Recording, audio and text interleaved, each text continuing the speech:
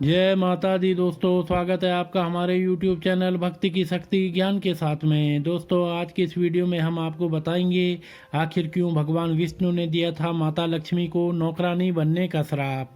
आइए जानते हैं। भगवान विष्णु और माँ लक्ष्मी की जोड़ी सबसे सुंदर जोड़ी मानी जाती है। यही वजह है कि उनकी अधिकतर तस्वीरें साथ ही होती हैं। भगवान विष्णु और माँ लक्ष्मी दोनों ही संसार को चलाने में योगदान देते हैं। भगवान विष्णु जहाँ जग का पालन करते हैं, वहीं माता लक्ष्मी इस जग में समृद्धि लाती हैं। लेकिन एक ऐसा समय भी आया था जब माँ लक्ष्मी और भगवान विष्णु को अलग होना पड़ा था। भगवान विष्णु स्वयं माँ लक्ष्मी को पृथ्वी पर छोड़ आए थे और माँ लक्ष्मी को दासी बनकर रहना पड़ा था।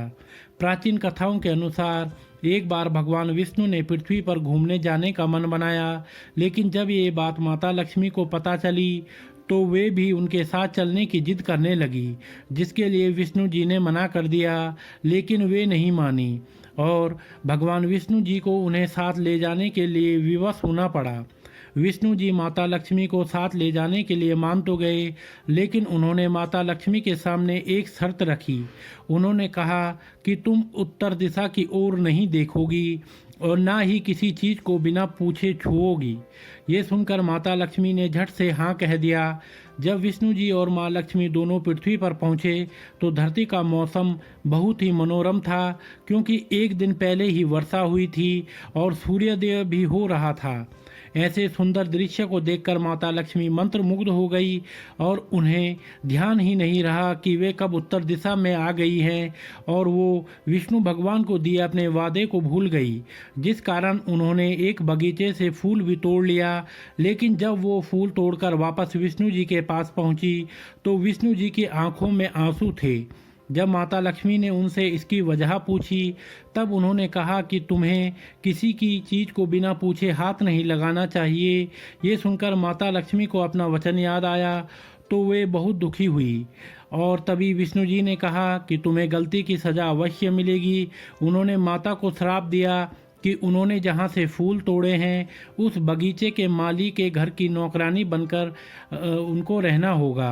उसके बाद ही वे वैकुंठ में प्रवेश कर सकेंगी। इसके बाद माँ लक्ष्मी ने एक गरीब महिला का रूप धारण किया और उस माली के घर सहारा मांगने निकल पड़ी और उस माली को कहा कि उसका कोई नहीं है, उनकी मदद करें।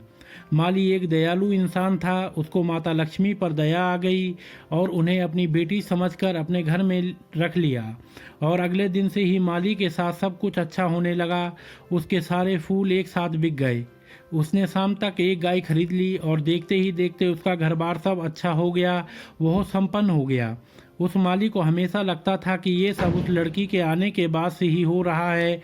एक बार जब माली अपने घर गया तो देखा कि एक गहनों से लदी स्त्री जिसके चेहरे पर तेज था उसके घर बैठी थी, और जब वो उसके नज़दीक गया तो उसने पहचान लिया कि ये तो उसकी वही बेटी है जो कि स्वयं माँ लक्ष्मी है। यह जानकर वो माँ लक्ष्मी से कहने लगा, माता मुझे क्षमा कर दीजिए, मैंने आपसे काम करवाया, मुझसे अपराध हो गया। ये सुनकर माता लक्ष्मी ने कहा कि हे माधव, तुम बहुत अच्छे इंसान हो। तुमने मुझे अपने घर में जगह दी, अपनी बेटी की तरह पाला।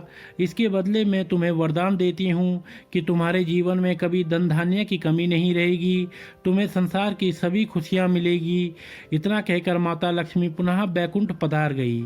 तो दोस्तों, अगर आपको यह वीडियो पसंद आया हो तो आप हमारे चैनल को लाइक, कमेंट, शेयर, सब्सक्राइब अवश्य करें और बेल आइकन दबाना ना भूलें, जिससे हमारी आने वाली सभी वीडियोस की नोटिफिकेशंस आप तक सही समय से पहुंचती रहेंगी। तो आप सभी मित्रों का बहुत बहुत धन्यवाद।